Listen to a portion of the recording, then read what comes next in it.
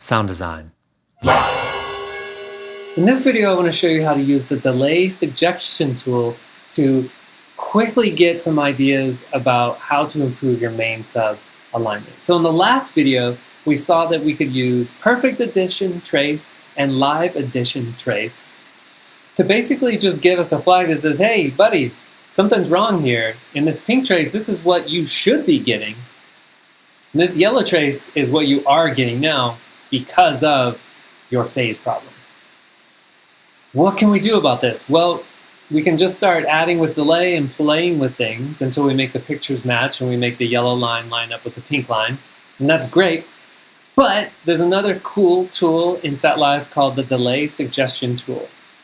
And before I use that, I need to decide on what range of frequencies I want to get a suggestion for. Now, in previous videos, we already decided that it's 80 to 125. So go back and watch those videos if you haven't seen those already.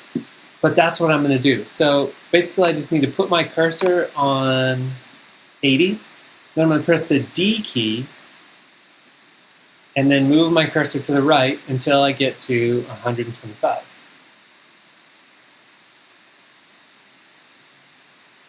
And now I'll press the D key again to release it. If that doesn't work for you, sometimes you press the D key and you start dragging out and then it drags from the middle instead of from one side or the other. If that happens to you, you change that here in this drop-down menu. Latched cursor is border instead of latched cursor is center frequency, okay? Okay, so we've identified the area here, and then the next thing I need to do is just under delay suggestion, make sure that I have the correct fixed frequency, which in my case is this quick trace right here, where I measured the sub earlier, okay? So select fixed trace, sub, and then it's going to give me the suggestion here. 7.6 milliseconds and a phase inversion? That's way more time than 2.6 milliseconds, which is what, and 2.7, which is what we calculated in the last video. That seems like a lot. One smart thing to do if you get these kind of results is to click on this window, just left click, and you'll see some more options here. So it says, hey, if you don't want to do that polarity inversion, then you can just do 2.7 milliseconds. And I'm thinking, oh, okay, that makes a lot of sense. This is what I discovered before on my own, right? But if you want an even better result, it thinks, that's why it's called the suggestion tool, use an inversion and 7.6 milliseconds.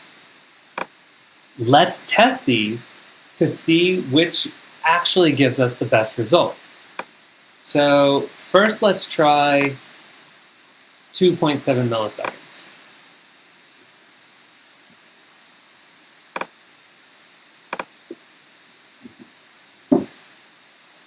And let's take the measurement.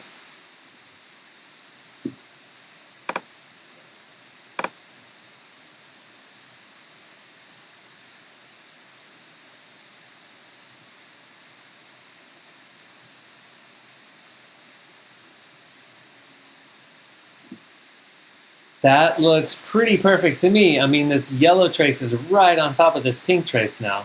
I don't see how it can get much better than that.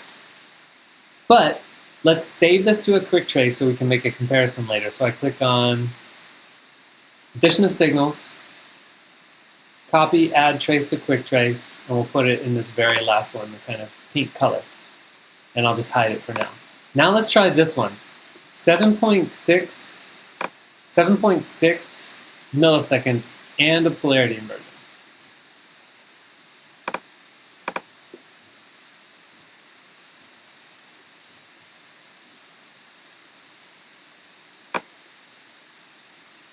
Polarity inversion. And go.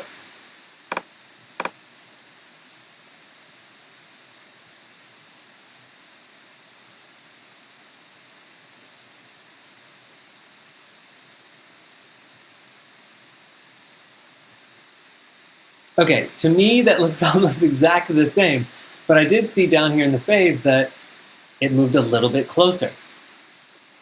let's see what how the results compare. So again, copying to another quick trace. Now let's hide everything, reset this, let's get rid of this, hide these two. Let's look at both of these, and let's just zoom in on the area that we care about here.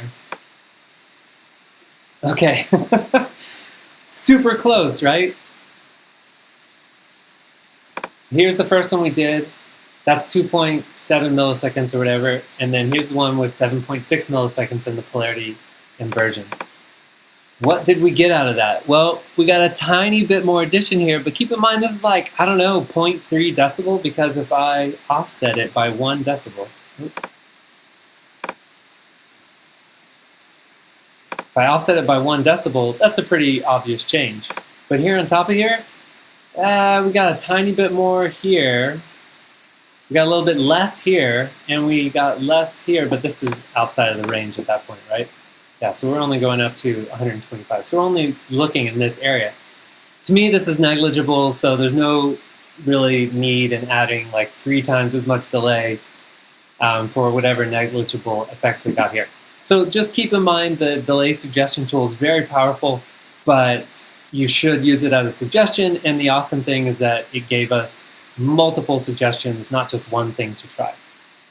So that's how you use the delay suggestion tool in SATlive to help you quickly get some suggestions for how to get a better combination between your main and your sub. And in the next video, I want to take a quick look at virtual time shift.